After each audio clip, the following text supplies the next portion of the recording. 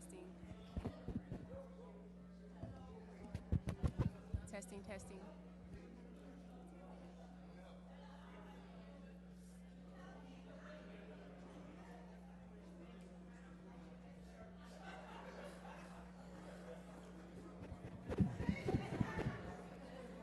Testing, testing. Good evening, everyone.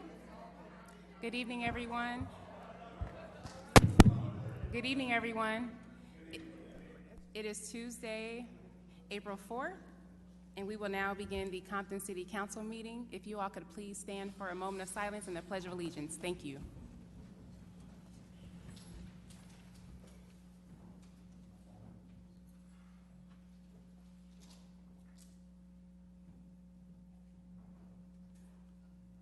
Let us begin. I pledge allegiance to the flag of the United States of America and to the republic for which it stands, one nation, under God, indivisible, with liberty and justice for all.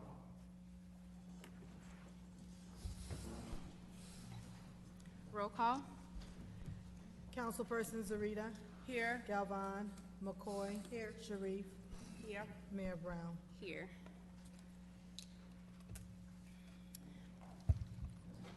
We will now have public comments on agenda and non-agenda items.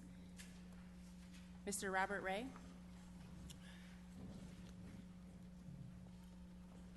Good evening, and tonight I am speaking as an ambassador for the American Red Cross, as if you couldn't tell. And you folks at home, get a pencil and paper ready because I'm going to be giving you a telephone number. A couple of weeks ago, I spoke about smoke alarms, and we're going to keep repeating this until May 6th. Smoke alarms save lives, and the American Red Cross is all about saving lives. And the American Red Cross wants every home in Compton to have a good working smoke alarm in their home. They will bring it to your home and actually install it. This is going to happen on Saturday, May the 6th, but you need to get your name on the list. And for you folks at home, here's the telephone number, 562-490-4027.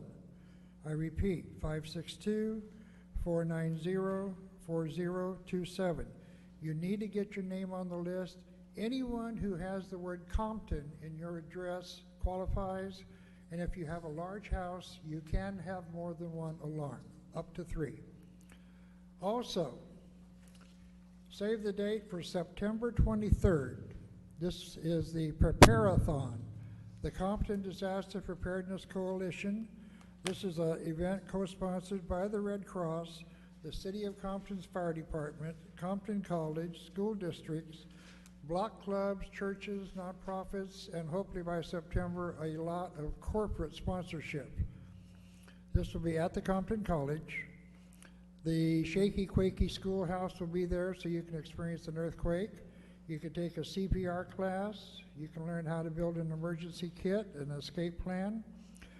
CERT, Community Emergency Response Team folks will be there. They're going to be setting up a shelter, so you know what to do if you have to go to a shelter. Animal control is going to be there. So many of us have animals. Some have large animals. There are even going to be accommodations for people about their horses. So again, this is September 23rd at Compton College. This event is free with one minor exception. The CPR class is free, but if you want that little white card that says you're certified, there's a $5 charge. Not in the world you could get certified with CPR for $5, but you can here. And if you want more information, contact Stacy Barnes at the Compton Fire Department. And if you don't want to wait until September to be disaster prepared, the Clymore Avenue Block Club invites you to attend a meeting on Saturday, April 22nd, 10 a.m. at Burrell McDonald Park. And again, the Red Cross is giving a 1-hour presentation. It's called Prepare You, and it's all about disaster preparedness. So a lot going on, but you all need to be prepared for the big one. Thank you.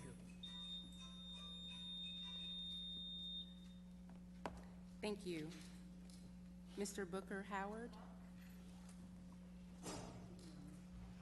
Good Good evening. My name is Booker Howard with Keys for Every Family. We're having a conference on the 15th of April at the Dollar Community Center.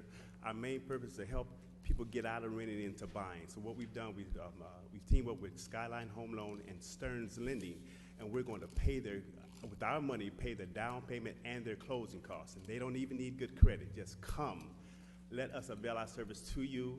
We would like to invite the council to come if you have time. But we just want you to come and see what we're trying to do. We don't not only doing it in Compton, but we've already been Carson. We're going to go next time in June. We're going to go into the Inland Empire. We're just trying to help people get out of renting to buying for the purpose of posterity and prosperity. Booker Howard, I'd like to. Oh, So great. if you have time, Thank you. come join. It's absolutely free. Thank you, Mr. Howard. And just for the record, for those watching, could you just state the time of the event? It's going to be April 15th, starting at 9 o'clock in the morning to 2 o'clock Okay. in the afternoon. Thank you. Thank you very much for coming Have a down nice tonight. Mr. Roberto Rodriguez.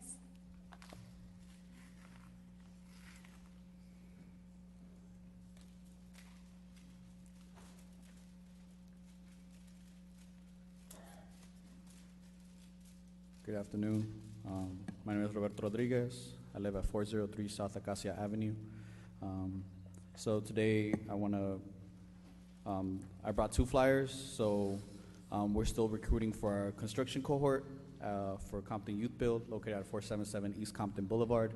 So the construction cohort is open to young people ages 18 to 24, high school graduate or non-high school graduate who want to earn the construction certification. They can come to information meetings that are every Tuesday at 4 p.m. at our location at 477 East Compton Boulevard. Also, we have our coding and CompTIA A+ certification that will be beginning next week. That is a 24-week program for young people ages 16 to 24 who are interested in technology. It's completely free, but once again, the young people who go through this program will be CompTIA A+ certified, and the program is from Monday to Thursday from 4 to 6:30 p.m. at our program, once again, at 477 East Compton Boulevard. If anybody's interested, I'm actually going to give a flyer to everyone, City Council if possible, so you can share it to your constituents, and as well as the rest of the community. Finally, other news for Compton Youth Build. Our young people have been working at the YAL. So today they were building a garden, something for the garden there. As well as we took 8 of our young people to Sacramento last week as part of Youth Build. So Youth Build charter school, Youth Build programs exist throughout the state of California. There's approximately 40 Youth Build programs throughout California, and so we're one of them. So last week they had a leadership retreat with young leaders from throughout the state of California, and we took 8 of our young leaders up to Sacramento to meet our state assembly person, Mike Gibson, and our state Senate person, Stephen Bradford, about what our young people are doing and how we're working to, how our young people are working to develop themselves and advocate for themselves to improve themselves in the community. So that'll be all for today. Thank you so much. Thank you very much, sir. Ms. Barbara Calhoun.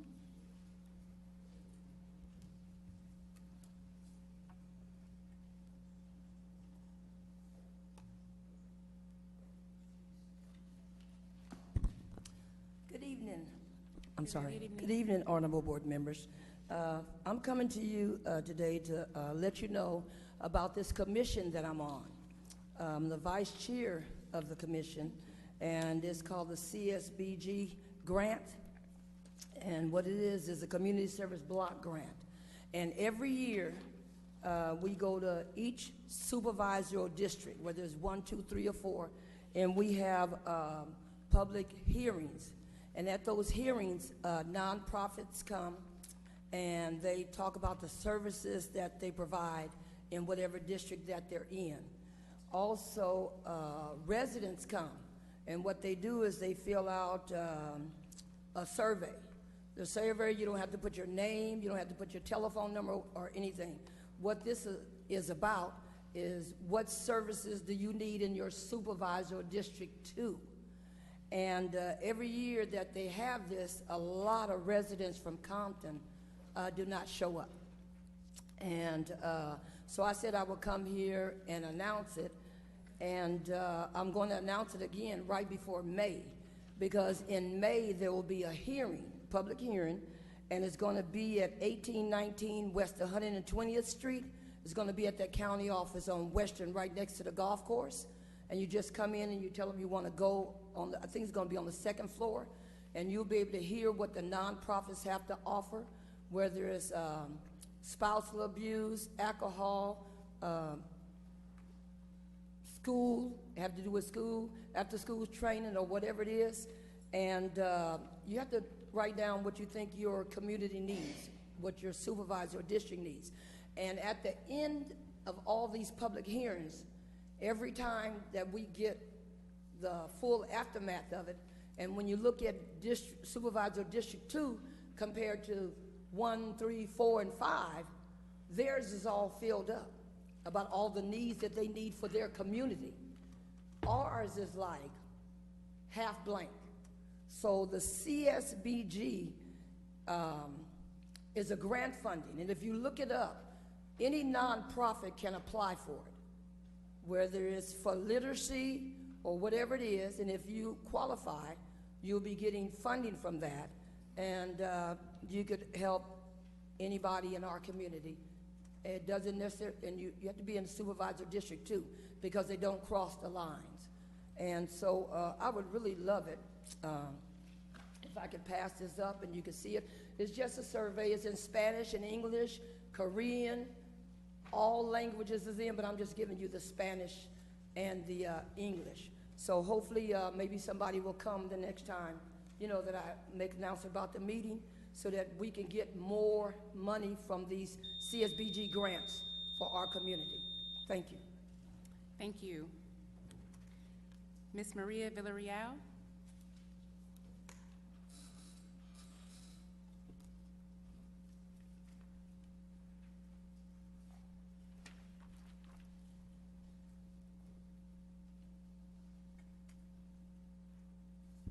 Buenas noches, mi nombre es María Villarreal. Good evening, my name is María Villarreal. Board members, council people, mayor, and all of us, it's an urgent that we start looking at our city as our best interest. I'm come here tonight. I have one concern, and my concern is that it's really serious concern. It's nothing that I just come in and talk about it because I want to talk. I can stay home and do some other things, but this is serious. We almost in the elections, you know, over. And what I'm trying to say is that we have all these people who are not living in our city of Compton, and telling our community to vote for so-and-so. And my thing here, community leaders, the residents of Compton, we need to stand up and say, we are the ones that we are going to vote for whoever we think is the best candidate for our city, not the one that our partner, our friend from outside, Southgate, Long Beach, or other cities are telling us to vote for this candidate. We want somebody who represent us, represent the whole city. Every city council meeting, there's somebody here that is from outside and sending messages, vote for so-and-so. I think it's time for us to take over our city and say, we live here. We're gonna vote for you, for you, for you. But it just said that we are allowing other people to manage us, to control us, to tell us how to live in Compton.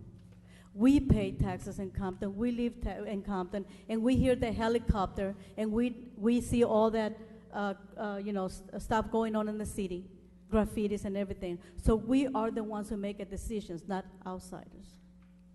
Please, please, I encourage the whole community of Compton, toda la comunidad de Compton, que voten por el mejor candidato. The whole community of Compton, please vote for the best candidate, somebody that can represent us for real. Look at yourselves. Look at here. What do we have? We have no one who really representing us 100%. It's time. It's time. Please, it's time. Let's stop talking and let's move forward. Thank you. Thank you. Ms. Taja Russell.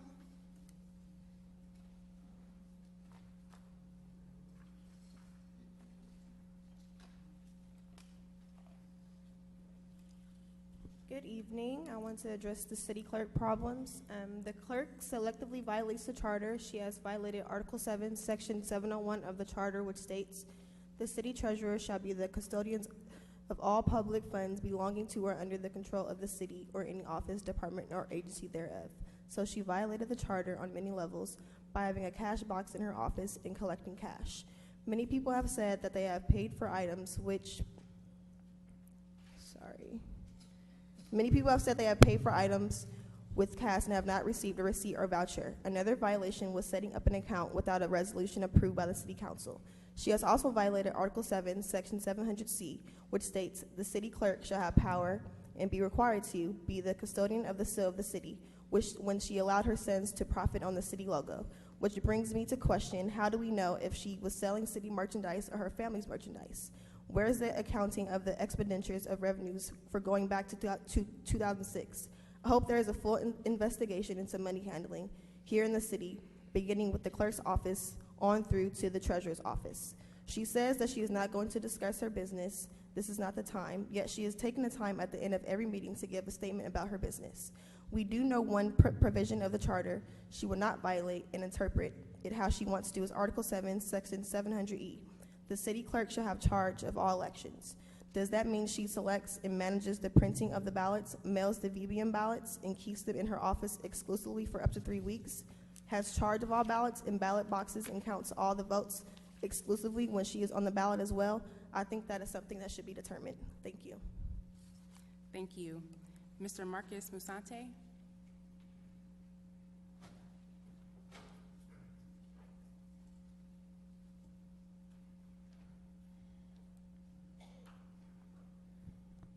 Good evening. Marcus Musanti, resident of Compton. I haven't been here in a while.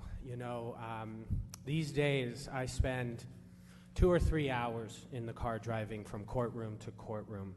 And I'm all over. I'm all over from Santa Clarita down to Long Beach. And I drive, and then I come back to Compton, our Compton. And there's things that you notice here that you just don't see elsewhere. And obviously the potholes, right, which we've talked about ad nauseum. But you also notice something here that has become characteristic of Compton, and that is all of these empty lots of land. I don't know if we have more churches or empty lots of land in this city, and I know we have a lot of churches, which is one of the great characteristics of this city. And I'm wondering why. Last week, Mr. Manager, you presented something regarding, if we had a lot of money, here's what we could do. Well, I have to tell you, there's a lot of things that I would love to do if I had the credit card or if I had more money. But it begs the question of why don't we have more? Why does the loan have to be as big as it is? Do we need the loan? And maybe we will. Madam Mayor, you've presented that, and I'm not here to talk about the loan this evening. What I am here to talk about is, instead of always just saying we don't have the money or it's just not there, instead looking at why. And I know one issue has been dominating right now, but I want to go back to all of these empty lots of land, which I do not see anywhere else. And so why is that here? Why? right? Everyone loves to talk about how long they've been here. So please give me an explanation, because the way I see it is it depresses the city. It depresses us psychologically because it looks like no one wants to be here, but it also depresses us financially. There's no development, which is where we could get a lot of money, which I'm sure you all would know how to spend. We don't get any business permits from it. And I believe that ordinances exist. I believe that the city attorney's office, if it wanted to get aggressive, could go and say to these landowners, what are you doing? What do you want to do? I think the city attorney can work with the fire department and see if there's hazards. I think there's beautification fees. I think there's abatements. And so if we're going to make a bond such a big issue, we have to also look at why we aren't raising money. And I think that the city attorney, the office, is in charge of, in part, this is the law, right? This is property, this is ordinances, and it is depressing our city. And it's one of those things that unites us as residents, is how depressing it is to just see all this empty lots, and it has to change. Thank you, Marcus Musanti. Mr. William Kemp.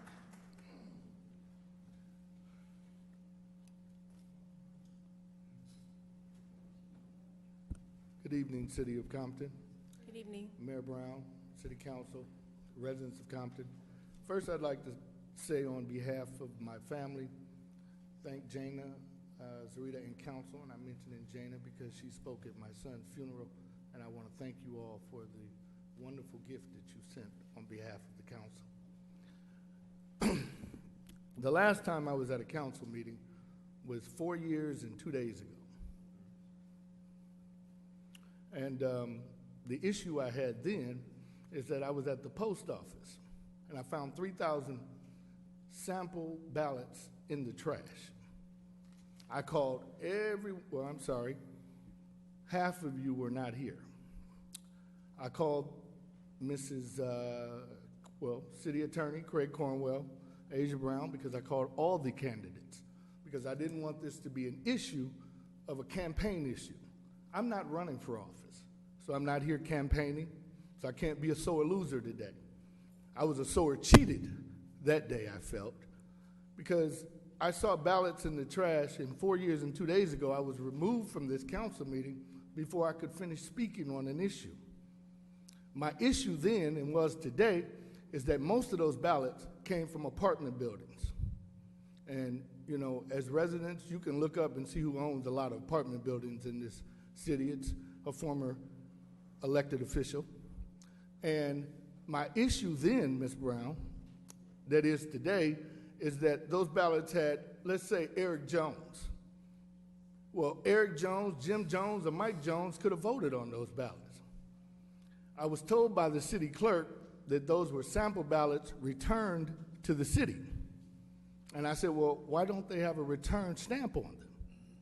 And she said there was no room in the city hall, so they were being held at the post office. Well, see, this is a chronic problem for me, because in 2001, Mickey Mouse, Donald Duck, and dead people voted.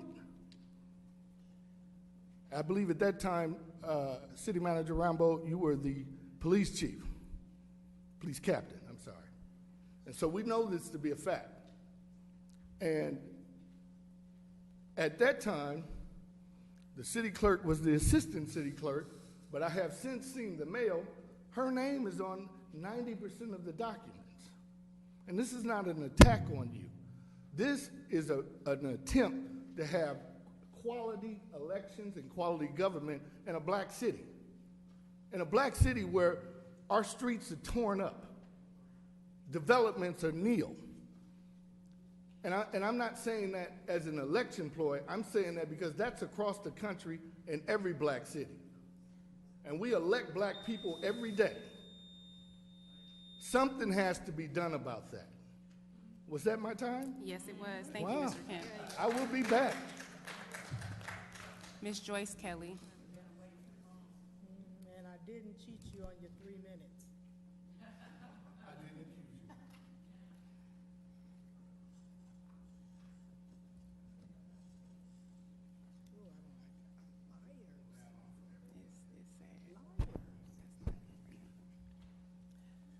Good afternoon.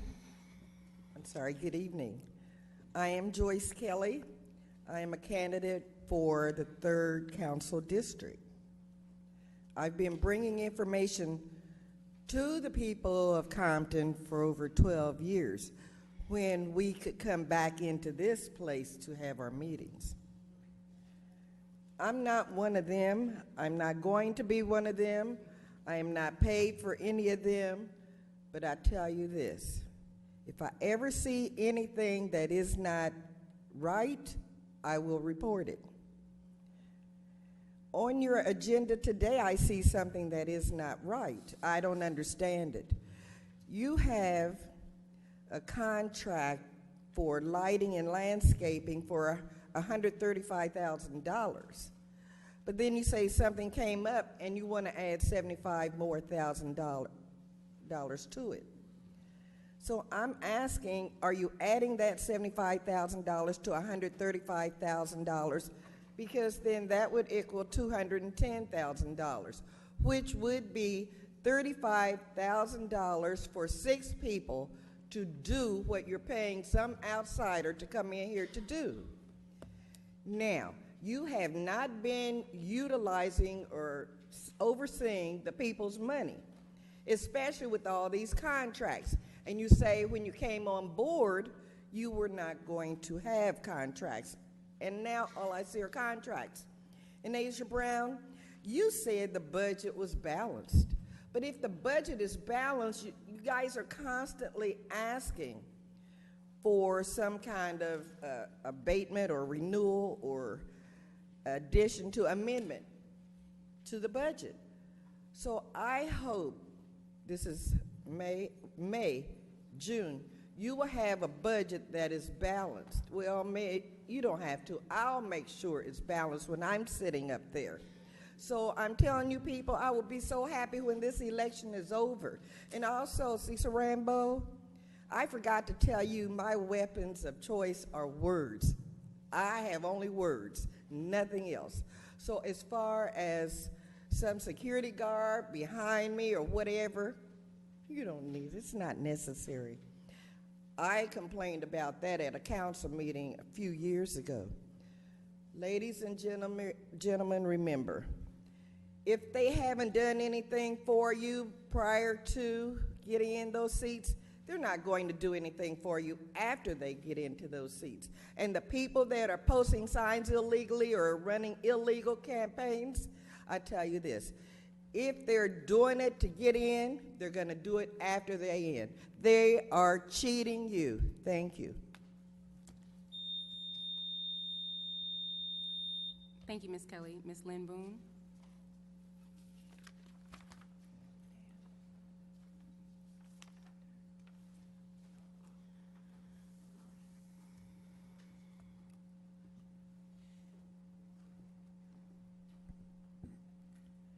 Lynn Boone, City of Compton. Item number 3 is regarding giving new landscape, this contract that we have, more money to clean up. Well, I just want to let the people know, I have 65 Christmas trees on the Canal Road. Been there since right after Christmas, still there.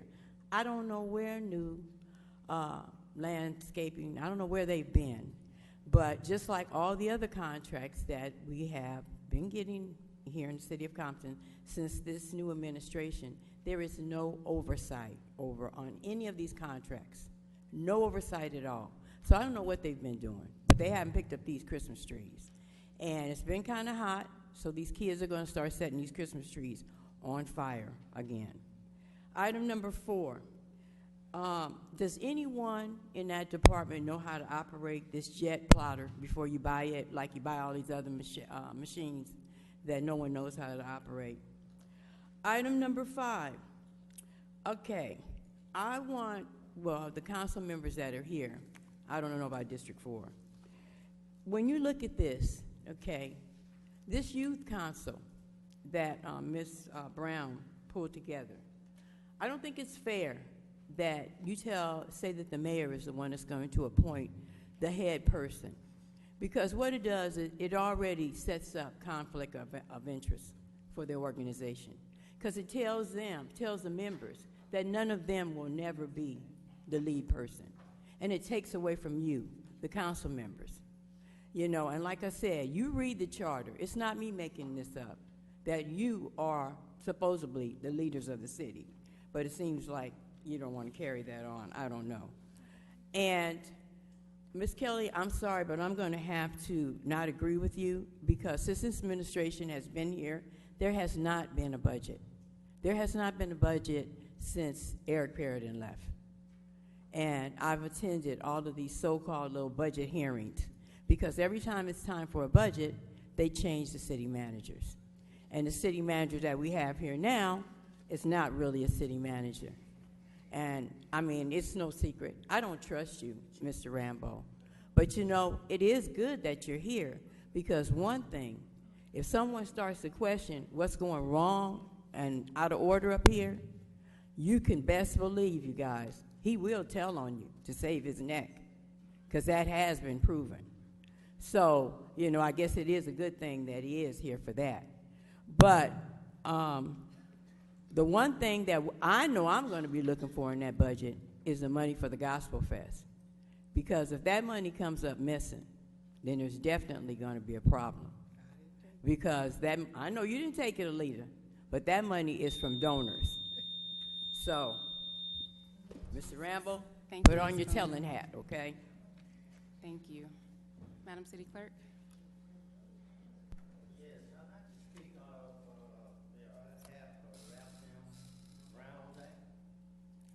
You're able to speak, sir. Just state your name for the record. My name is Tyron Leonard.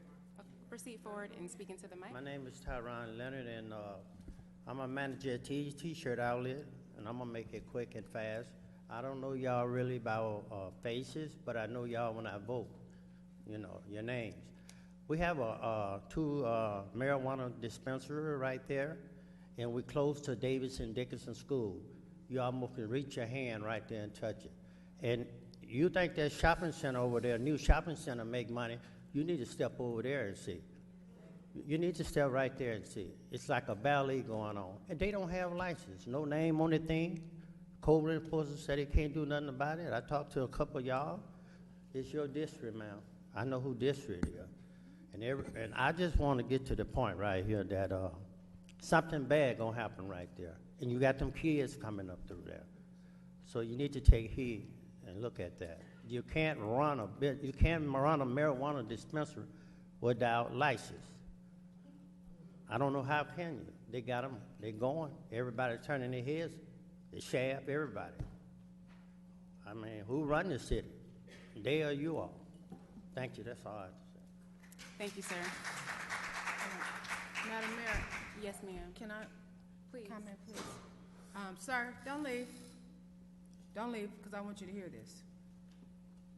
Because it is a nuisance, and it's a nuisance not only to you and myself, but it's a nuisance to the entire community. Some of the folks there are afraid to come out of their homes because of traffic, and it's a modern day crack house is what it is. And I've talked to the sheriff, captain several times. I've talked to the city manager, and you know, this is the opportunity for the sheriff captain to come up and explain to us what's going on. The city attorney can explain to us why they can't be shut down, because it's almost like a form of disrespect. It's like, who's in charge? You know, we're gonna keep doing our business and making this money and just forget the law-abiding citizens. Because we have some that, well, all of them, the city officials are very aware of them. The sheriffs are aware of them. The city attorney is aware of them, and it's out of my control. At this point, I don't know what to do myself. The city has gone in and pulled some of the utilities on some of the facilities, and if you notice the one on Compton and Oleander, they've placed some solar on top of the building. Yeah. You know, Yeah. it's almost like they're above the law, and I don't understand it myself. So Mr. City Manager or Mr. City Attorney, whoever feels like they can give us some sort of explanation as to why these facilities are being able to operate. I spoke to a man the other day, that introduced himself to me and said that he was the owner of the only legal dispensary growery in the city of Compton. And I just responded, wow, that's hard to believe because we don't have any. We don't have a license for dispensaries or groweries. And he said that he was in constant contact with the building and safety director, and he felt like he was legally in his business. So, city manager, city attorney, somebody owes the citizens an explanation as to why these facilities are continuing to operate. And you remember when the school district wanted to sue the city because of the dispensaries that were so close to our schools, everybody thought that was foul. But somebody, somewhere, got to stand up and just say enough is enough. We got to, with law enforcement, city attorney, we got to figure out how to shut these places down because it's killing our communities just like back in the day when there was a crack house everywhere. People can't get a job. This marijuana is really knocking these people out. It's unfortunate that they have the perception that this is legal to be high all the time. So, who wants to respond? Let's see who will respond. I'll take it. First of all, thank you for this opportunity. Councilperson Zerita, I actually agree with most of what you said. A lot of times it's out of your earshot, but I'm asking the same information. So I'm the attorney, right? So I go to court. I get information, I get evidence, I get documentation. I'm waiting for the baton, and I take the baton and I go to court. The issue with the dispensaries, one, it's a high money-making cash business, and it is attracting the criminal element. So we shut them down, they come back. What I would like to ask is if I can get an officer, a code enforcement officer, assigned to my office. I don't have to manage them. We'll do that again. I just need one. Just give me one that I can direct so I can get what I need and go to court and get these done. That's all that's all I want to. Mr. City Attorney, so Ma'am. you're saying that all you need is a code enforcement officer. Yes. I've seen where I have personally stood and watched some of the raids, and you have city attorney, you have code enforcement, you have sheriffs. I have some video right here where even the little army-looking men came. I don't know if it was ATF or SWAT or what it was, but I don't believe that all you need is one code enforcement officer to shut these facilities down. It got to be something else. Maybe the captain, I want to hear your opinion. Yeah. Council Lady, while he's coming up, can I say a couple things? Absolutely. So we have a small army of folks working on shutting these dispensaries down. Our frustration lies in the judicial system as a whole. The state of California has all but pretty much in 2018, recreational marijuana use will be legal. The state has taken a position that the current use of medical marijuana is a medicine. And so when we take these cases to the court, they don't look at it as a criminal, like a drug house that we view it as. So it's very frustrating for the city attorney, for the sheriff's department, for us as administrators because we don't have the authority to, one, when these guys get shut down, they don't get prosecuted. So there's no real deterrent to keep them from coming back. So that's our frustration. We can't control the judicial system after the fact. So I've gone by your place, I've gone and seen the location. We're aware of it, we're working on your problem, and then the sheriff's captain is on his way to also address the issue. But we understand your frustration clearly. And sir, you can let the captain come to the mic. And you say that there's it's a collaboration of law enforcement, city enforcement, policing, but it can be done because Long Beach got rid of all of their illegal dispensaries, and those are most of the ones that we have here from what I've been told. And you have other cities, Linwood, they've taken control of their city. I mean, at some point, when in my community, I tell my mother and the seniors, don't go that way.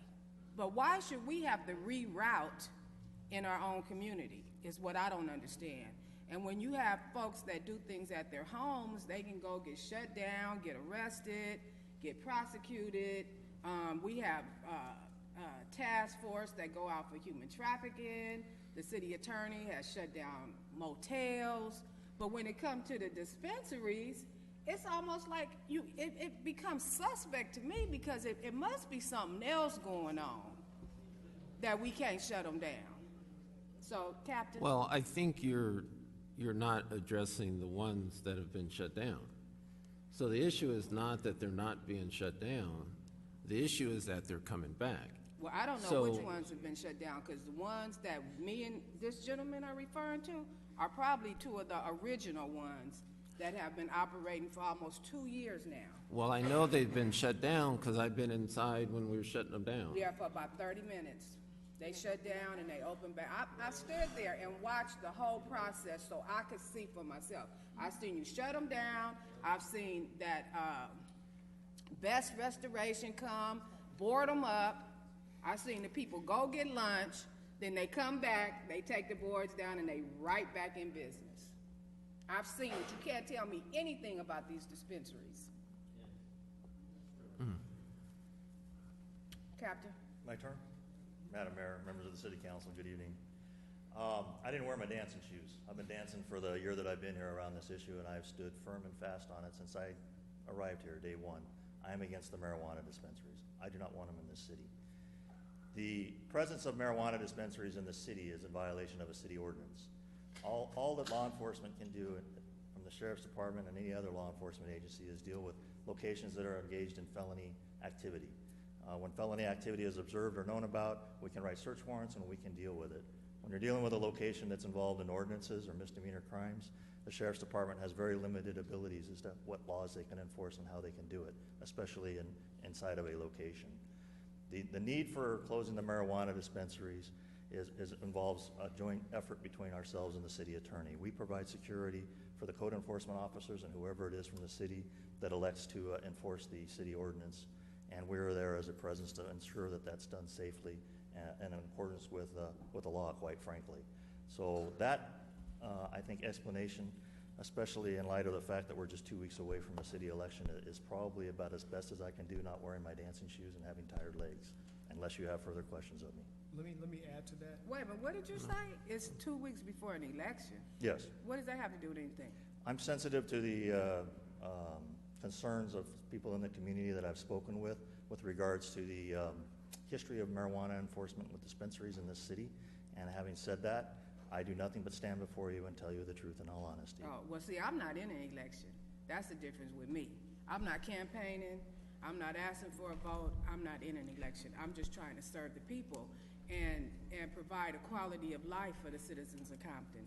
I stand before you as a law enforcement officer who has told you since day one I am opposed to the marijuana dispensaries in this city, and that's what I mean by and I don't think law enforcement or closing of dispensaries or serving the law should have anything to do with an election. My own point was to let you know that that's not influencing my actions, ma'am. Oh, as I stand here. okay. That's Gotcha. the only reason I brought that up. Okay. Madam Mayor? Please. I just want to close up. One of the things you mentioned, Captain, was when you look at a illegal dispensary as a local issue, the judicial system is not looking at it as if it was a illegal narcotics house, like on a street. And that's where lies the problem. They're looking at it as a municipal city ordinance, when in fact, in my view, if I own a business and the dispensary is illegal, and they keep opening this dispensary up, they're drug dealers. But the court system is not looking at it like that. And so that's where our frustration lies. So have we tried the approach, Mr. City Attorney, where I believe probably most of these dispensaries are in rented facilities. Right. So have we, put the owners of the property on notice? Yes. And that's not working? It's still an issue.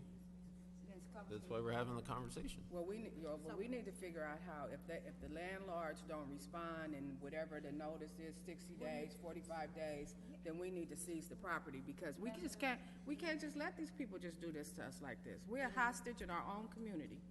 Madam Mayor? Yes, ma'am.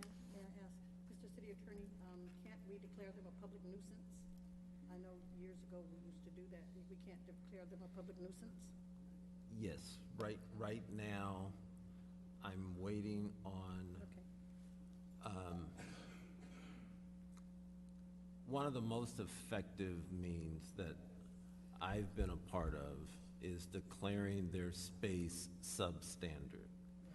And I am waiting on reports and declarations that justify that. I've been told that they're out there and that I can get them, and that to me will start the domino effect that will end up with the property owner. That's why I started the conversation off with requesting an officer that I can direct to help me get the information I need. Well, when they open up, say you close one, and they reopen. Once they reopen and it's illegal, shouldn't that be some way for you to actually go in at that time, because they do not have a license at all to operate? Is there, I mean, that's the part that I really have been having an issue with, because I know that there's a couple that I know that was open, now they're reopened. So they have to have some type of license in order for them to even operate. Am I correct? Don't they have to get some type of license? Yes, and the way that I would like to set the case up, that if when anyone goes back in, it's automatically a criminal trespass and should subject any occupants in the space to arrest. So are you sending a letter to say they reopen again, are you sending a letter then, a second letter to the owner of the property to let them know this is what has transpired here on your property, and if you do not address this issue, because that is their property, look like they should have some type of responsibility to try to address the issue, and to, if not, then can you confiscate the property or anything? They have to be declared a public nuisance first. It is a public nuisance. They have to be declared. Yes, yes. I just need the first So part those are the steps you are taking? Yes, ma'am. Okay. Let the building inspector wants to say. Thank you. Mr. Dent? Anything further for me? No, thank you, sir.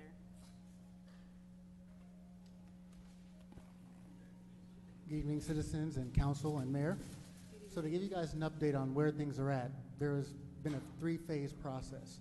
So I was in charge of the first phase, which was going through the 21 dispensaries and taking care of the ones that were more in compliance to closing. So during that process, there was about 9 of them that closed voluntarily. Then there was a second wave of coming through the process, which is the owners that have expired leases on the properties. So I pulled all the records for all the rental properties that actually had owners attached to them.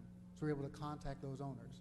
So right now we're in that phase of working with those owners, working with the sheriffs, working with the attorneys to close those portions down. Then the other phase is there's about 9 more that are continually opening up. And those are the reports I am preparing for the attorney so we can move forward with abating those properties. There's different stances you can take with those particular properties. Receiverships, taking hold of the properties. There's condemning them and red tagging them, which we have done. They've opened back up. So those are the ones where we have to, the utility has been pulled on them. They're getting creative. So it's up to us to collaborate a better effect on those that seemingly have funds that far reach our capacity to close them down. And those are the reports that I'm working on with the attorney. So they have to be a very tight package that has all my 2 or 3 inspections with them, the pictures, the admin sites that I've administered to all the workers or volunteers for those particular locations. And again, that's where we're at right now. So there's the phase where there are owners that are cooperative that want them out, and they're working with the attorneys and working with the sheriffs to take them out. So that's about 5 of those, and then the other 9 are the stubborn ones that we're putting together reports on. And I'll be having those complete and to the attorney as soon as possible, as soon as I get those complete. And those were inspections that included code enforcement, business licensing, and also building inspections. So I do have the write-ups, the stop work orders, and the construction deficiencies that have included electrical, plumbing, and structural issues that they've modified to these particular I'd say facilities to accommodate the weed dispensaries. So we are. So it's coming together with a smart tactic. Again, there are owners that do want to comply and they do want them out of there, but the leases are up. They've tried court orders. We've appeared for court with them to help them basically evict those dispensaries. And we're working fast and hard on it. We understand that the community doesn't want them, we don't want them, council doesn't want them, and they're a nuisance. And they should be feeling that pressure in a few moments of what we're going to do with those dispensaries once we get all the paperwork together for the attorney. And I'm always open, like I said, to give feedback. We do get complaints often. There are some hot, I guess, locations that everybody knows about that we are working together to close them down. So you guys have any other questions? Thank you for the update. I would just recommend that we also consider amending our current ordinance, Mr. City Manager, to include that any business that is operating illegally, that the property owner could be cited for violating the city's law and be subject to their property being seized. It's in there. It's in there. Because I know we talked about this 2 years ago, but if that's the case, It's in there. and has it's new, or is it something that's already been there? When council approved the commercial marijuana ban, We included that provision. Okay, I just want to make sure, because this is something that we talked about before in our task force. And I don't remember that clause being a part of that, but that would give us the ability to be able to seize anyone who's operating an illegal business in the city and be able to seize that property. So I just want to make sure that that was effective, because that was a recommendation that we had some time ago. Thank you. All right, thank you. but Madam Mayor, Yes. Mr. City Manager, I do want to restate my request to have someone assigned to me that I can expedite these issues. We'll make that happen tonight. Well, Mr. Dent just said that he was already working on the information for the attorney. I heard him say as soon as possible, and clearly I'm sure it's a resource issue, and it would be much quicker to provide additional resources to shut them down faster, especially if we're talking about safety for children. Then I'd like to be able to support the consideration of an additional officer to be assigned exclusively to this item. I don't have a problem with assigning an officer. If that's all he needs, he knew he can have that. I was just repeating what Mr. Dent said, that he had already started working on the package for the attorney. Thank you. And then lastly, there were a couple cities that were mentioned, Long Beach and Linwood, as having successfully shut down their dispensaries. But in reality, Long Beach and Linwood, they both approved marijuana, and they have dispensaries and cultivation in their cities.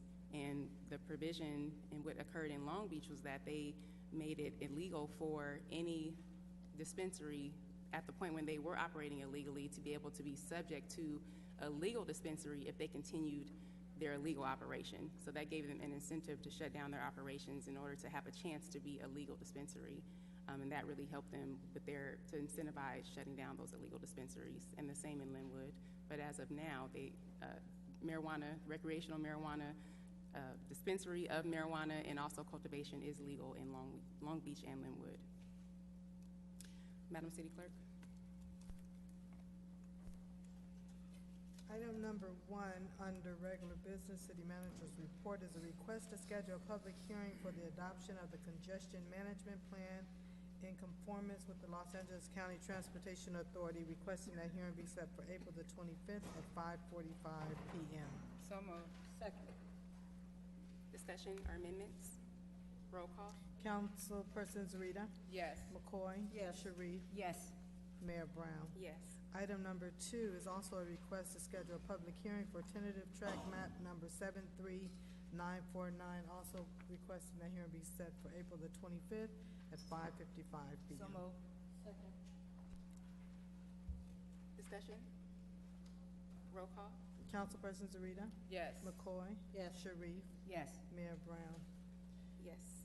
Item number 3 under new business is a resolution of the City Council, City of Compton, amending the Public Works 2016-17 fiscal year budget to transfer funds within the Lighting and Landscaping Fund, authorizing the city manager to amend the abatement service agreement with New West Landscaping to provide additional compensation and establish a purchase order in an amount not to exceed $75,000.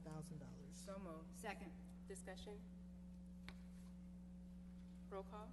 Councilperson Zarita. Yes. McCoy. Yes. Sharif. Yes. Mayor Brown. Yes.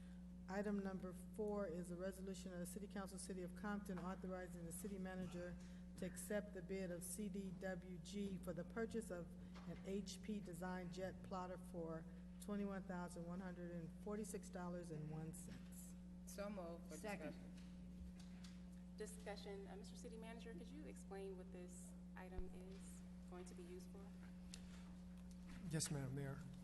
I'm going to call the Director of Water up, Mr. Ken Holcomb, but this is a plotting device that helps the engineering department plan the mapping for the water department.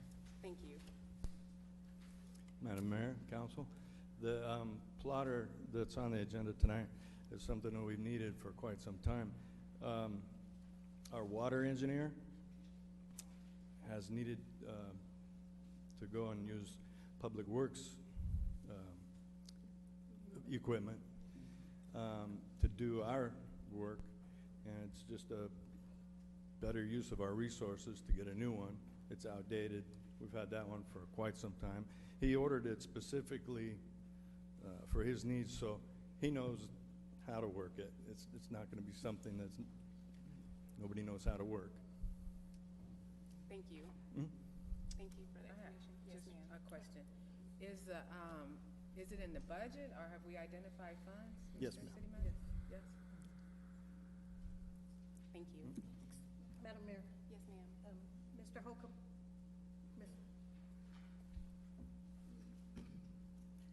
for the public, again, would you please tell them what the plotter does? It's to make maps and designs and just to scan documents that are of a large size, unusual size for contractors, people who are bidding on our projects, to distribute that stuff. And we go through a lot of paper in all of our projects, that's for sure. Thank you. Roll call? Councilperson Zarita. Yes. McCoy. Yes. Sharif. Yes. Mayor Brown. Yes. Item number 5 is an ordinance of the City Council, City of Compton, amending Section 2-20.1 and 2-20.2 of the Charter, of Chapter 2 of the Compton Municipal Code relative to the Compton Youth Leadership Council, and this is for the waiver of the reading. So moved. Second. Roll call? Councilperson Zarita. Yes. McCoy. Yes. Sharif. Yes. Mayor Brown. Yes. And placed on first reading. Is there a motion? I'll step from the chair to make a motion. Wait a minute, for the first reading? Yes. Motion. I'll second. Discussion? Just to jog the memory, or did you want to explain this item, Mr. City Attorney? Yes, thank you, Madam Mayor. The item is the commission or the Leadership Council is on the books already. There were 2 changes that's being proposed today. One is the students were limited to Compton Unified School District, and we had a discussion on the dais about opening up to a greater audience than Compton Unified. And 2, the age limitation was 13 through 18, and this proposal is 16 to 24. So the age has changed, and also the pool is wider than Compton Unified. My question is this, is that the age limit being changed, what is the purpose of the Youth Leadership Council? If it says youth, what was the purpose of this council in the first place?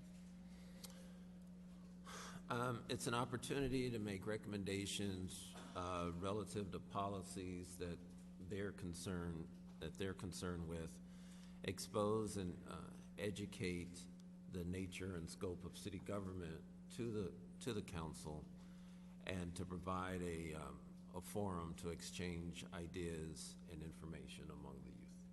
Now, I know that it's still in effect because we still have a council, but are they operating? Do they still have? Is it active? I'm not If aware how of long has it been inactive? of the current occupancy. I'm not. Oh, so it's never been really active?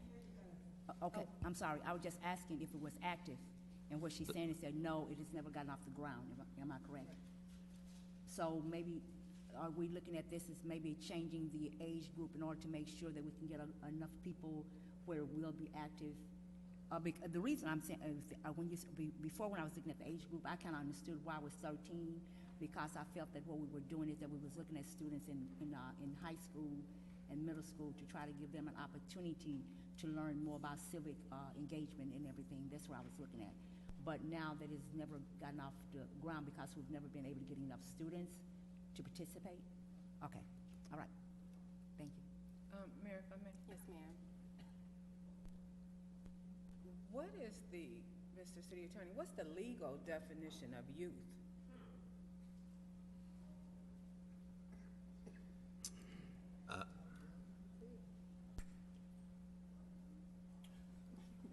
I'm not sure there's one definition of youth.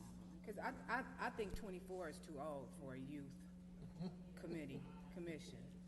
That's an adult, I would think. And I think, You I want to think propose 21?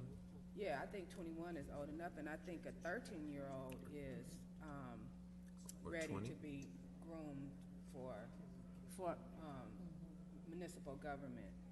And then I know this is not a change, but I had it highlighted where the mayor of the city appoints a chairperson of the committee, but it gives a perception is that only the person that the mayor chooses is the chair of the commission, and the other folks in the commission, they can't even have the dream of being a chair of the commission. I think that a commission should be able to select their own chair. If you want to start teaching kids about chairs and commissions, and I think that they should be able to select their own. So I have a concern with the age and with the mayor appointing the chairperson, but I do remember the discussion, and I do agree with not limiting it to Compton Unified students will broaden the search, but I'd like to amend those two items. Your first Now- issue with the age, are you proposing 13 to 20? You're proposing 13? I think 19 is good. 13 to 19. Most kids graduate 18. On the late side, they graduate 19. I think that's old enough for you. 13 to 19? Also, when you're saying that, Madam Mayor? Please. When you're stating that, that they need to be, you're opening it so other students besides just Compton Unified School District, students be a part of this. Are you talking about,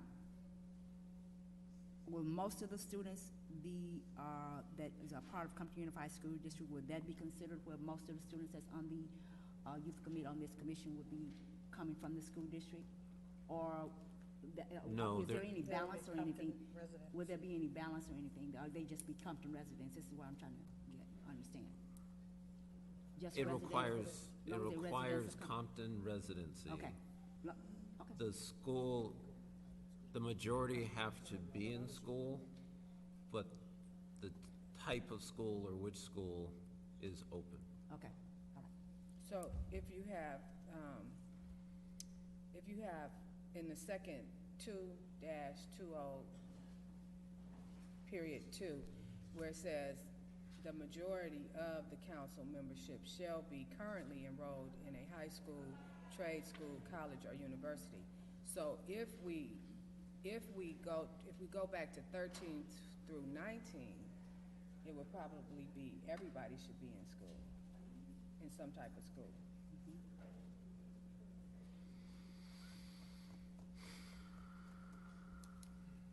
I think it could be considered, they could be in trade school. There are other extended schools and alternative schools that. That's included on here. Currently enrolled in a high school, trade school, college, or university. But you want not the majority, but the entire. The entire board should be.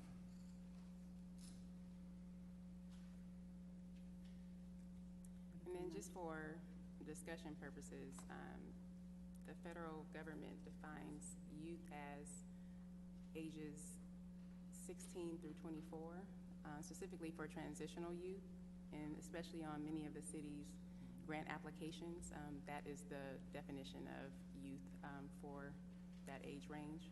So. What was it? 16 through 24. 16 to 24. And I think that maybe the body just would have to make a decision as to whether or not we want this leadership council to be specifically for middle school and high school only, or whether or not we want to do something for middle school and young adults. It just is really about what the intention of the board should be. So. What's the mission of the commission? To be able to have opportunity to make recommendations on policies that affect government, provide a forum for the exchange of positive ideas and information among youth, and conduct workshops and symposiums on important issues facing youth. So I think it would be really beneficial probably to really focus on high school young adults so that they can really be mobilized and hopefully be prepared to take leadership positions in the community. That's just my recommendation. Yeah, well, I still think 24 is too young to be, too old to be with youth, high school youth kids, teenage youth kids.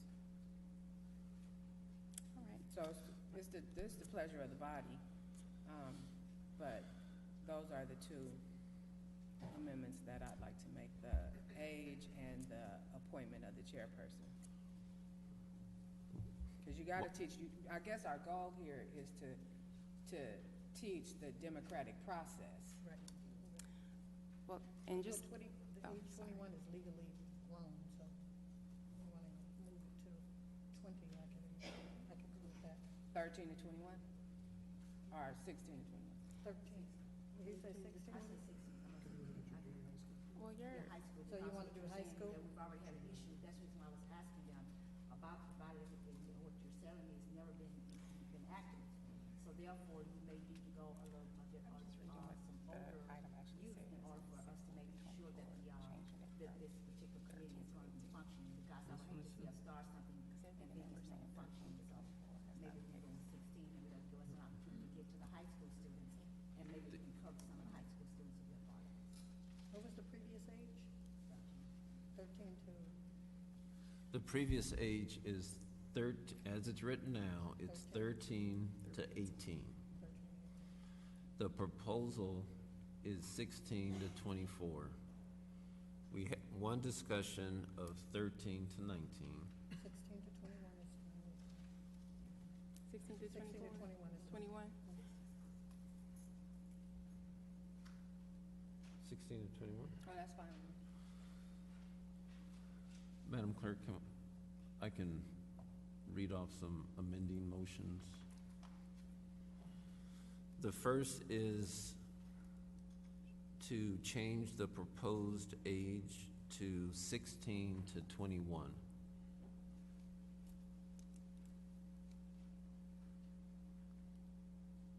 There should be, Mayor, if you want to do a roll call.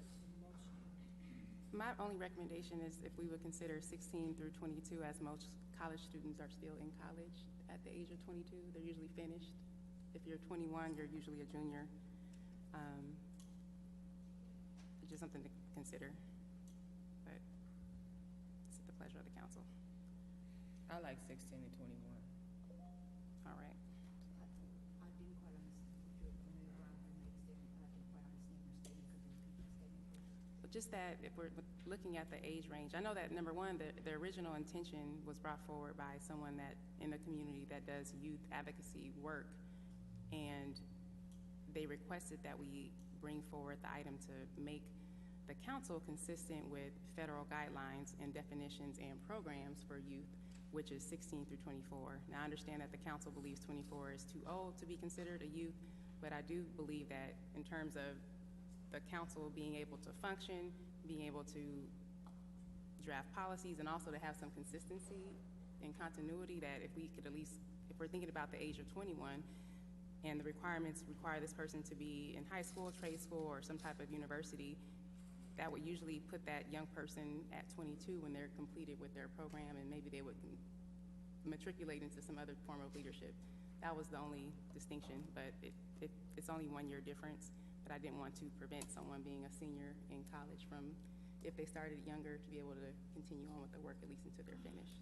But it's not a big sticking point for me, just something to consider. Madam Clerk, where are we?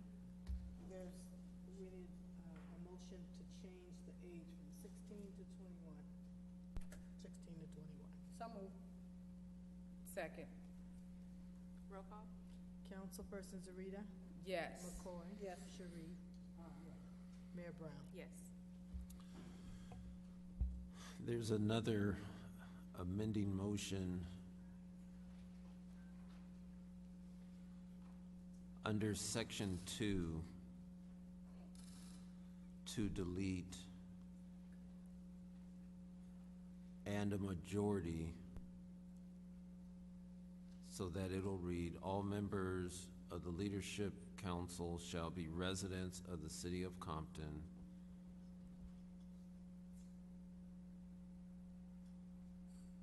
and all the council membership shall be currently enrolled. We should add, no, in high school, trade school, and college or university. So we're going to replace a majority with all. Okay.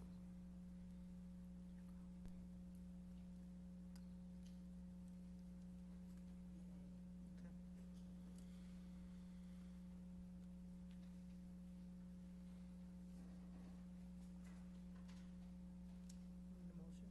So moved. Second. Roll call? Councilperson Zarita. Yes. McCoy. Yes. Sharif. Yes. Mayor Brown. Yes. The last amending motion is under section 1, 2-20.1, to delete the last sentence, the chairperson shall be appointed by the mayor of the city council. So moved. Second. Roll call? Councilperson Zarita. Yes. McCoy. Yes. Sharif. Yeah. Mayor Brown. Yes.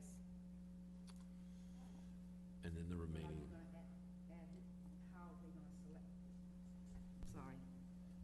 How are they gonna, are you gonna put in here how a chairperson should be selected?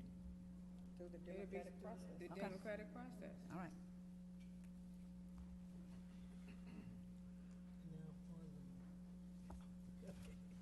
Whatever's remaining. Okay, so there's a motion on the floor to place the ordinance on first reading with the necessary amendments. So, I second. mean, there's a motion on the floor, so we just Oh, need to okay. Roll call? Councilperson Zarita. Yes. McCoy. Yes. Sharif. Yes. Mayor Brown. Yes. Item number 6 is an ordinance of the City Council of the City of Compton amending Section 7 of the Compton Municipal Code by adding Section 7-20 to regulate camping, sleeping, and/or storage of personal property on public property, and this is to waive the reading. So moved. Second. Discussion? Roll call? Councilperson Zarita. Yes. McCoy. Yes. Sharif. Yes. Mayor Brown. Yes. And on the item, So moved. Second. Discussion? I'd like for the city manager to explain this to the people. Thank you. Mr. City Attorney, see your signature items. You want me to? This is an ordinance dealing with camping, sleeping, and storage on public property. As we know, the homeless issue in Compton has significantly increased. This ordinance deals with homeless rights to the effect that they are entitled to notice and due process, but yet and still it is city property, and this gives the municipal code added teeth that wasn't there prior. So for encampments that happen to be on public property, sidewalks, streets, parks, this ordinance allows city personnel to provide notice and then come in and take action, removing the issues from the public property. So that I'm clear, so when I'm asked, I can explain it properly to the constituents. So this, if you have a known vehicle that folks are sleeping in, but if they move it within so many allowed hours to park on the street, this will not affect them, will it?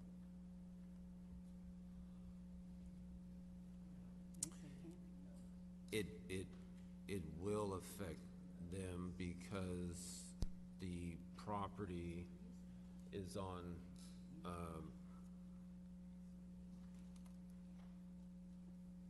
it's on public property. So is a street a public property? A street is a public property, yes. So so right now, what's the law? If a vehicle is parked more than how many hours? 72, I believe. Okay, so with this ordinance, if a vehicle is parked less than 72 hours, but you know someone is sleeping in there, will this affect them? Yes. It will? It Okay. will, yes. Despite the lawyers in the audience, yes. It will. You're saying but if they're on the street, because it appears that the way it's written that it's only geared toward the parks, not the streets. The first whereas clause is whereas the public streets and other public areas within the city should be readily accessible and available to residents and the public at large, and use of these areas for camping purposes, storage of personal property, and sleeping interferes with the rights of others to use the areas for which they were intended. So it is going to interfere with the people that's parked. There we go. Okay, so my last question, I don't want to irritate you, but I just want to be clear. I don't want to explain it the wrong way. So, You can't sleep in our streets. but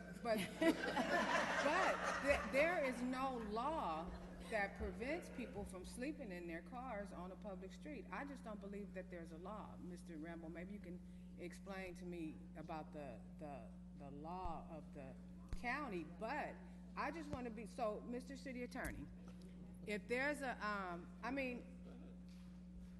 do you have to get permission to answer the question? Mr. City Attorney?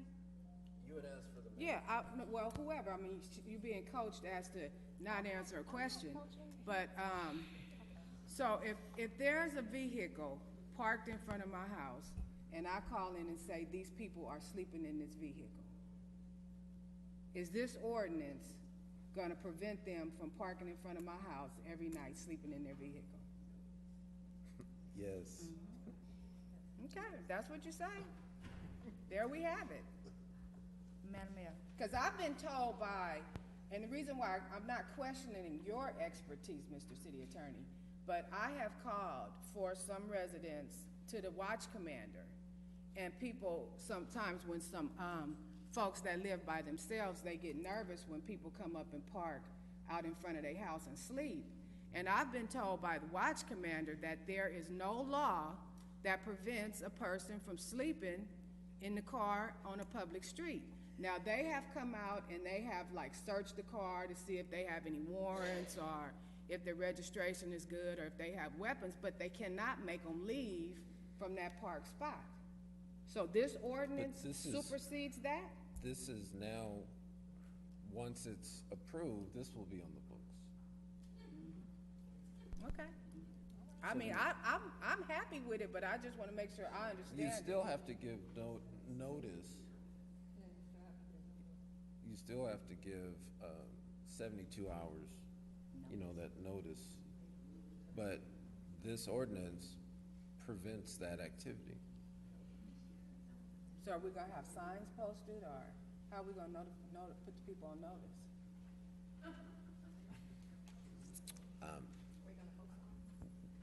We can, I don't have the budget to post signs. Well, how do you have an ordinance and you don't put the people on notice? You gotta put the people on notice. Well, the law requires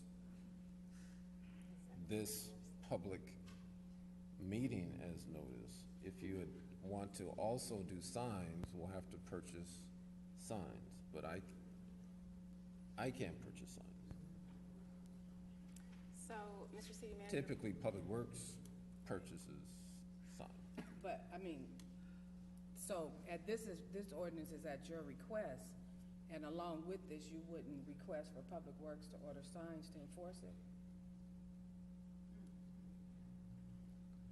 Public Works, the law can be enforced as written.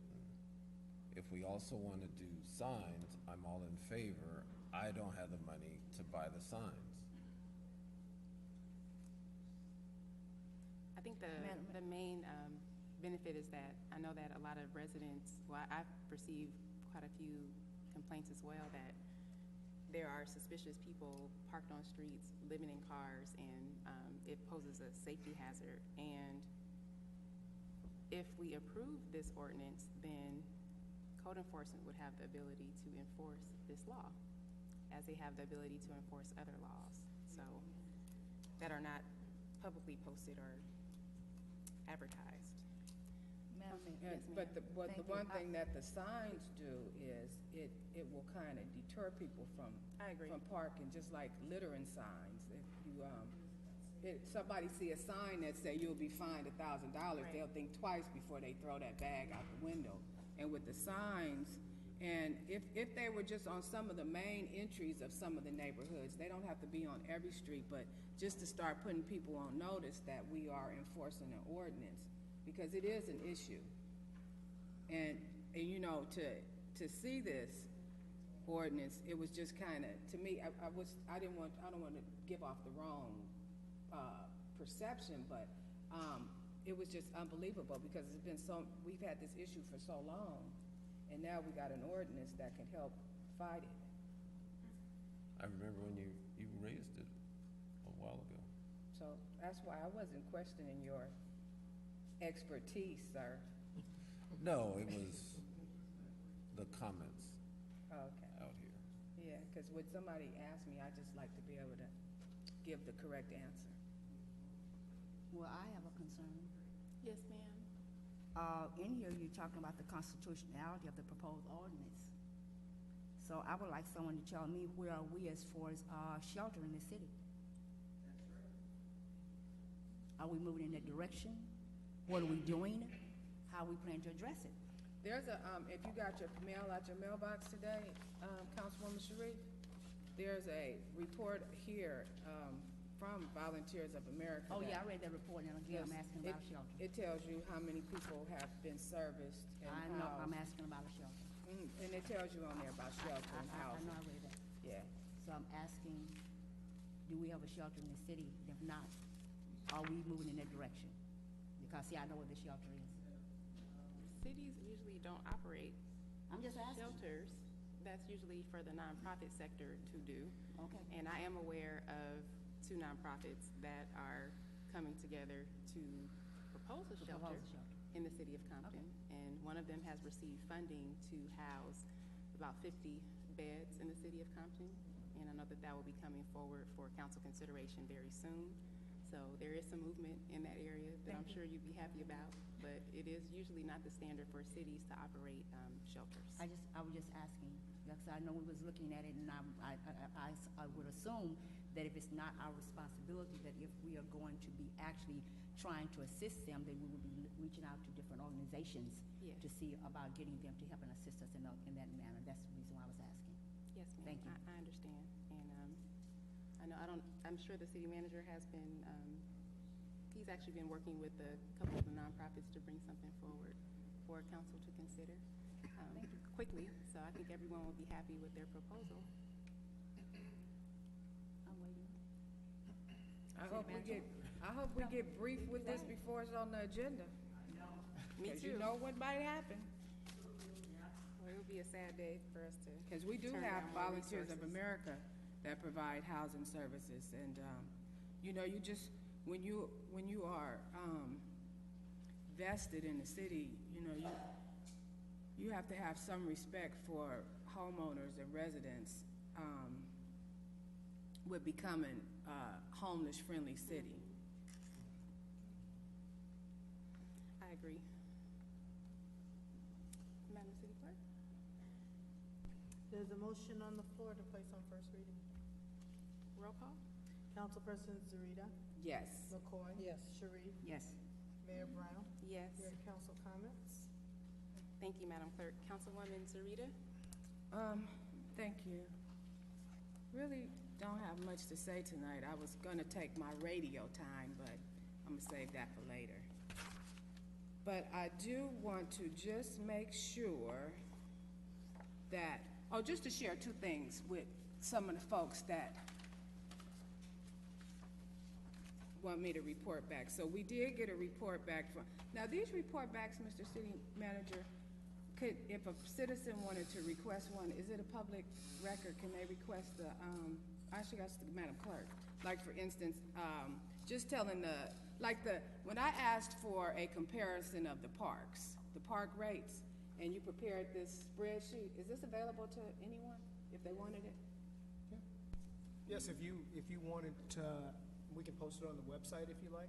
Yeah, I think so, because see, I'm just shocked. So this is what happens when you just listen to people and you have to really do your own investigation. Because a couple of people had told me that our rates were extremely high. But looking at the survey, I don't know, maybe Parks and Rec prepared this, but they compared Compton, Linwood, Lakewood, Cerritos, Carson, and Gardena. And our rates are really a lot lower than these cities. So if anybody wants to get the comparison, if you think you're being overcharged, maybe you can contact Parks and Recs and actually get a copy of this, because a lot of the other cities, see, this is what happens when you open a can of worms. A lot of the other cities are asking for a deposit, and we're not. So we may even want to think about looking into asking for some deposits at the different facilities. And my other reports, we got back Volunteers of America, Compton. This doesn't have a time frame on it, but for supportive services for families, they've serviced 306 families. Homeless veterans, reintegration program, 350 families. Compton rental assistance, 171 families. So they are providing a service in the community, and you all can research that, or you can always call me if you need any further information. And just want to remind everyone in the city, Parks and Rec, summer is coming. So I want to make sure we have our pool schedule ready, our uniforms ready, and to make sure everything's working at the parks. They're very important in our community.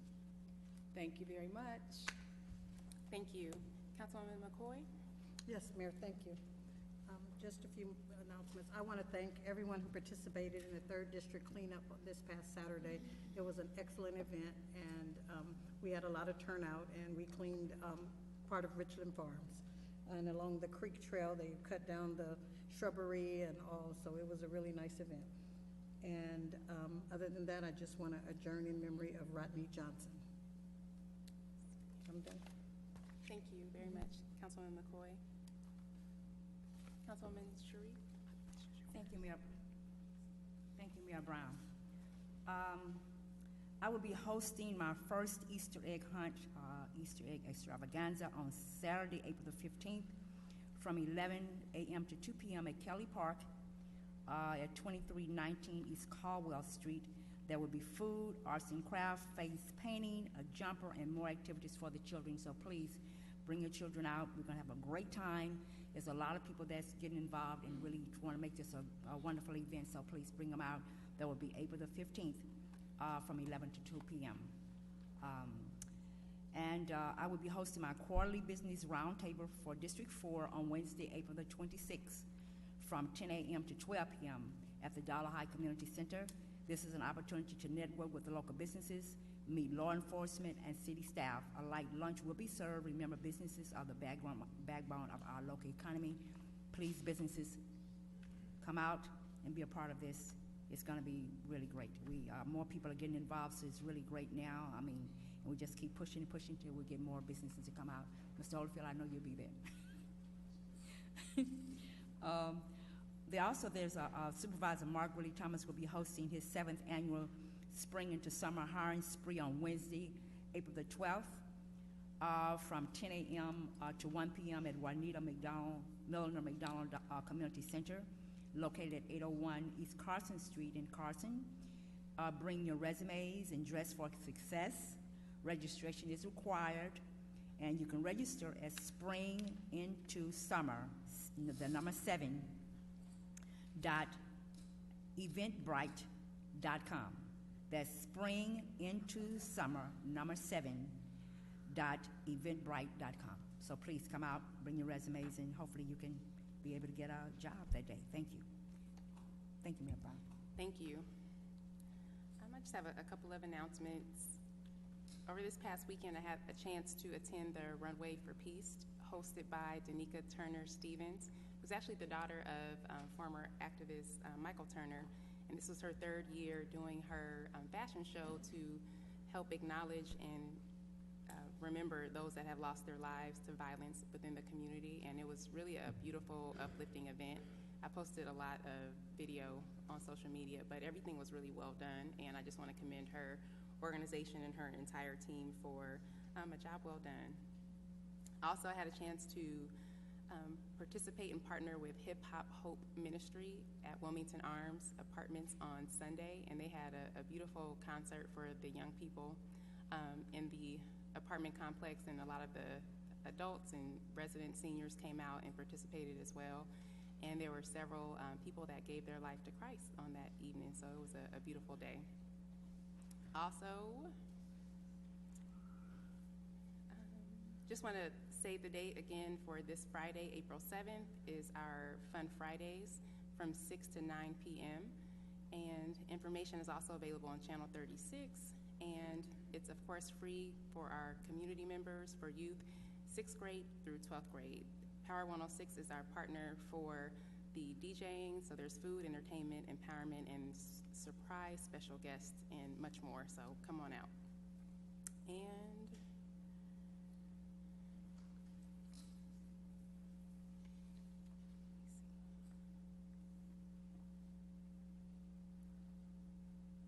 also, I just want to request, Madam Clerk, under just presentations for the agenda for myself, I just want to agendize Measure P update under, just maybe add something on the agenda for mayor's reports. I want to make sure that the community is updated. I received a lot of inquiries in light of the findings last week as to whether or not Measure P funds have been spent, and I just want to reassure the community that Measure P funds are not spent. They cannot be spent until the council approves an oversight body and also a spending plan, so those funds are still intact. And I know that the city manager is going to be bringing some additional information for the council's review and consideration shortly, but I want to just make certain that I could keep the residents updated under my reports. And also, I requested several times over the last few months to schedule a Measure P town hall. And I think it's important to give residents an understanding of the process, what happens after the election, when is the effective date, when funds are actually received by the city, and what that process looks like. And I've seen a lot of other municipalities and even the county with some of their measures just give a great infographic, which I'll share. But I think that we need to make certain that residents are aware of what's happening with their tax dollars. So I want to keep that going. And so I'll be hosting a Measure P Update Town Hall on April 27th at 6:30 p.m. at Dollar High Community Center, which is a Thursday night.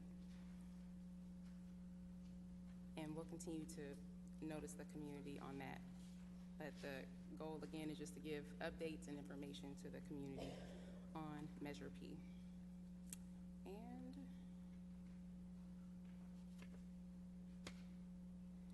we will close in the, oh, and just one additional thing.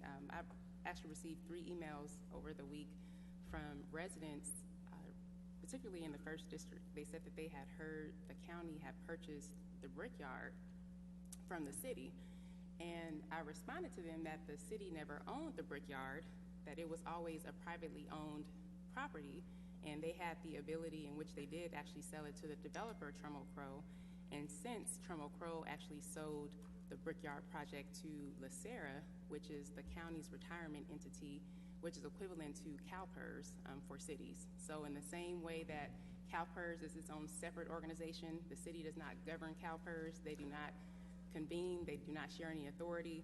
It is the same structure for the county and Lacera. Lacera is in a retirement fund, and they manage the county's retirement assets, and they usually look to purchase properties because it is a long-term, stable, conservative asset and investment for retirement funds. And so I was made aware several months ago that Lacera was going to purchase that property to be the long-term landowner and holder of that asset, but the County of Los Angeles does not approve or have any special jurisdiction over that property. And again, I just want to assure the residents that has never been owned by the City of Compton.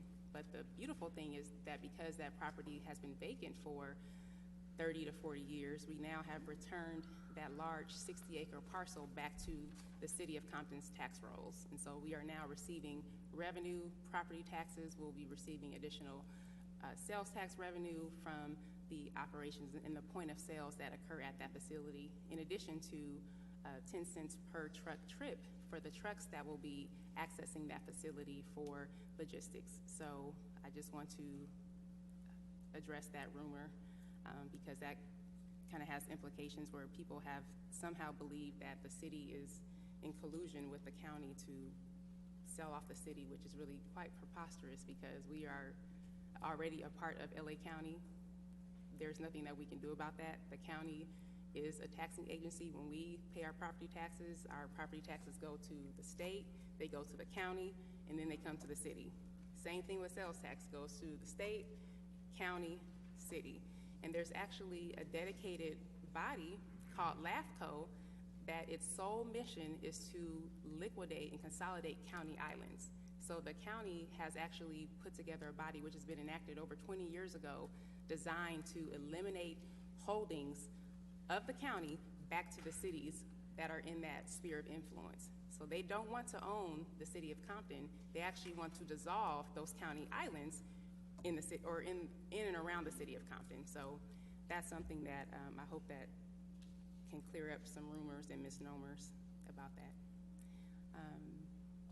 We will close in the memory of Mr. Rodney Johnson. May we have a motion to adjourn? So moved. Roll call. Councilperson Zarita. Yes. McCoy. Yes. Sharif. Yes. Mayor Brown. Yes.